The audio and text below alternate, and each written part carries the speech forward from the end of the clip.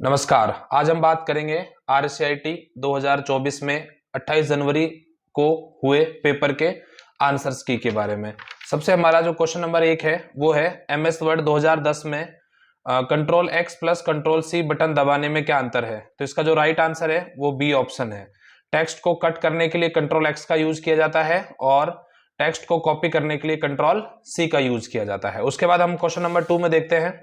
Question number 2 है आपका shift plus delete keyboard कुंजियों का उपयोग करने से फाइल ऑब्लिक फोल्डर स्थायी रूप से हट जाते हैं और यह रिसाइकल बिन में उपलब्ध हो जाता है। ये कथन 1 है आपका। और कथन नंबर 2 है आपका विंडोज 10 में प्रत्येक उपयोगकर्ता के लिए अलग अलग उपयोगकर्ता खाते अद्वितीय सेटिंग्स और वरीयताओं जैसे डेस्कटॉप पृष्ठभूमि स्क्रीन सेवर की अनुमति देते हैं। निम्नलिखित में से कौन से कथन सही है। अगर इसको देखा जाए तो आपका पहला कथन भी सही है और दूसरा कथन भी सही है। तो हमारा जो इसमें राइट ऑप्शन है वो है डी ऑप्शन, यानी दोनों ही कथन हमारे सही होंगे। तीसरा क्वेश्चन है राजस्थान सरकार द्वारा प्रदान एक शिकायत निवारण सेना है, तो इसका निवारण सेवा है। इसका राइट आंसर क्या होगा? राजस्थान संपर्क। ठीक है। क्वेश्चन नंबर 4 पे हम आ जाते हैं। हमारा जो क्वेश्चन नंबर 4 है वो है इनमें से कौन सी एसएसओ सिंगल साइन ऑन का वेद उद्देश्य नहीं है।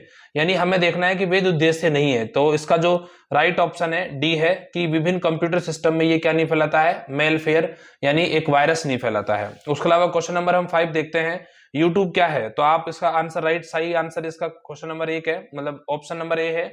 ये कह रहा है कि यदि एक वीडियो साझाकरण और वीडियो खोज वेबसाइट है जो उपयोगकर्ताओं को वीडियो अपलोड करने, देखने और साझा करने की अनुमति देती है। क्वेश्चन नंबर 5 पे हम आ जाते हैं। क्वेश्चन नंबर हमारा 5 जो कह रहा है वो कह रहा है कि माइक्रोसॉफ्ट एक्सेल में निम्नलिखित में कौन सी एक विशेषता है जिसका उपयोग स्प्रेडशीट में डाटा पर गणना करने के लिए किया जाता है। तो इसका राइट आंसर है फॉर्मूला। ठीक है, फॉर्मूला इसका राइट आंसर है। ये ऑप्शन गलत है इसका। ठीक है। क्वेश्चन नंबर 7 देखते हैं। एक फाइल की सीडी डीवीडी कॉपी करने की जो प्रक्रिया होती है वो क्या कहलाती है? उसको अपन बोलते हैं बर्निंग। ठीक है। जब भी सीडी को अपन उसमें बर्न करते हैं, बर्न बोलते हैं। सीडी को बर्न करना मतलब सीडी में कॉपी पेस्ट करके उसमें जो कॉपी करके कंटेंट को डालना होता है। क्वेश्चन नंबर 8 हमारा कह रहा है कि एमएस वर्ड 2010 में सबसे नीचे की जो क्षितिज पट्टी है, क्षितिज पट्टी है उसमें पृष्ठ संख्या, शब्द गणना आदि जैसे विकल्प हैं, तो उसको क्या बोला जाता है? तो उसको बोला जाता है स्टेटस बार बोला जाता है। ठीक है। क्वेश्चन नंबर 9 पे हम आ जाते हैं। हमारा जो क्वेश्चन नंबर 9 है वो क्या कहता है कि एमएस एक्सेल 2010 में चार्ट के प्लॉट क्षेत्र में प्रदर्शित क्षैतिज रेखाओं को क्या कहा जाता है? तो इसका सही आंसर है ग्रिड लाइन। क्वेश्चन नंबर 10 है एमएस पावर पॉइंट 2010 में एनिमेशन फलक का उपयोग क्या है? तो इसका राइट आंसर है बी, यानी आप स्लाइड पर लागू एनिमेशन की एक सूची देख सकते हैं। क्वेश्चन नंबर आपका 11 है कि एमएस 2010 जो है हमारा मिलान करना है। एमएस 2010 किससे जुड़ा हुआ है? अगर इसको देखा जाए तो ये डॉक्यूमेंट्स फाइल है, यानी आर से जुड़ा हुआ है, तो पहले का आर जुड़ा हुआ है।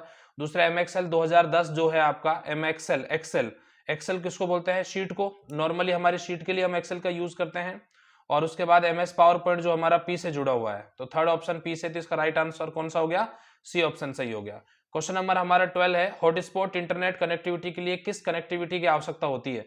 तो राइट आंसर वाईफाई है। सब नॉर्मली क्वेश्चन हम सब जानते हैं। क्वेश्चन नंबर 13 हम देखें तो नीचे दी गई तालिका में सही मिलान विकल्प का चयन कीजिए। तो इसका राइट आंसर सी है, क्योंकि इनपुट डिवाइस में ये सब चीजें आती हैं और आउटपुट डिवाइस में मॉनिटर, प्रिंटर, हेडफोन होता है। स्टोरेज डिवाइस में हार्ड डिस्क और ड्राइव का हम उपयोग करते हैं। क्वेश्चन नंबर 14 देखो, ई मित्र पोर्टल के माध्यम से निम्नलिखित में से कौन से दस्तावेज के लिए आवेदन किया जा सकता है?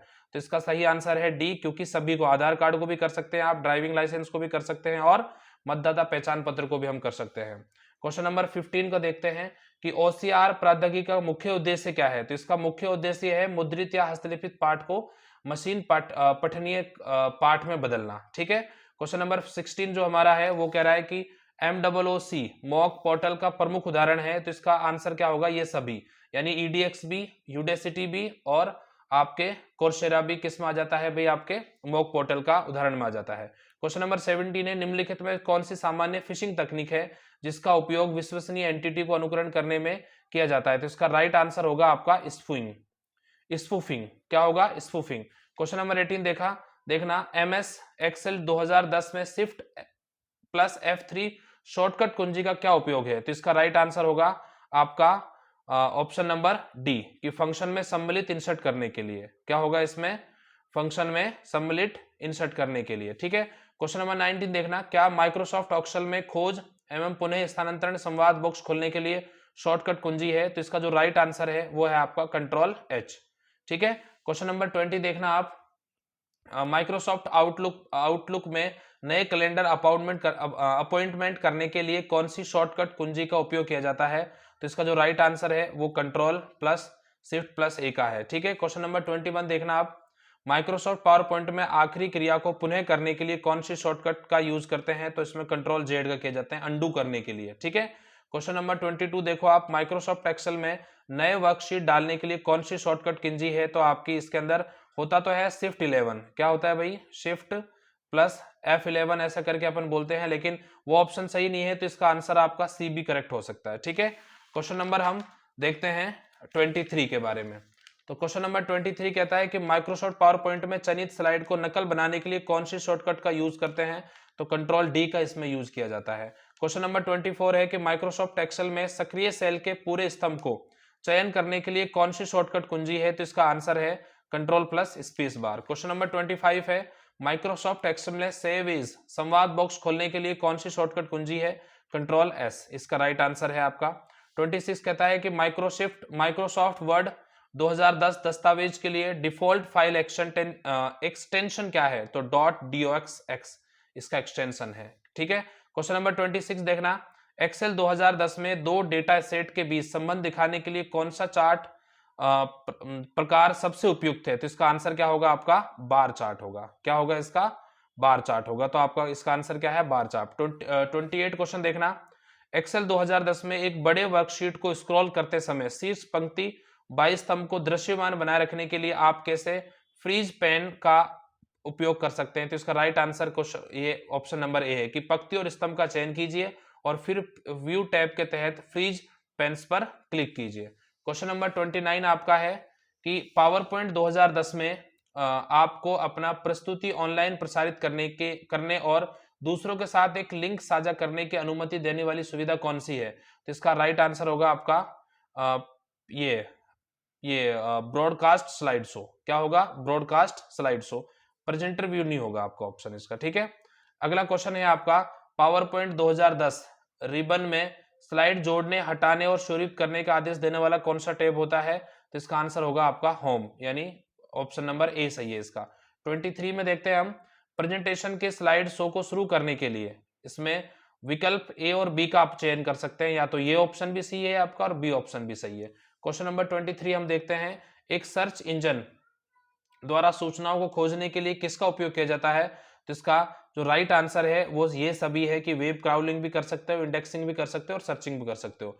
23 क्वेश्चन कहता है कंप्यूटर को ऑन करने की प्रक्रिया क्या कहलाती है? तो इसकी प्रक्रिया बूटिंग कहलाती है भाई। क्या कहलाती है? बूटिंग कहलाती है। क्वेश्चन नंबर 34 है आपका। निम्नलिखित में से कौन सा एक इनपुट डिवाइस का उदाहरण है? तो इसका राइट आंसर है आपका स्कैनर। 35 कह रहा है कि ओटीपी का उपयोग सुरक्षित ऑनलाइन लेन देन के लिए अतिरिक्त सुरक्षा सुविधाओं में से एक के रूप में किया जाता है। तो ओटीटी का पूर्ण नाम क्या है? तो सब जानते हो, वन टाइम क्या होता है? पासवर्ड होता है। आपके कितने क्वेश्चन सही हुए ये जरूर कमेंट बॉक्स में बता दीजिएगा, और जो बच्चे आगे पेपर देने वाले हैं वो इन क्वेश्चंस को थोड़ा ध्यान से देखेंगे तो इस पर आधारित दूसरे क्वेश्चन भी आपसे पूछे जाएंगे। धन्यवाद।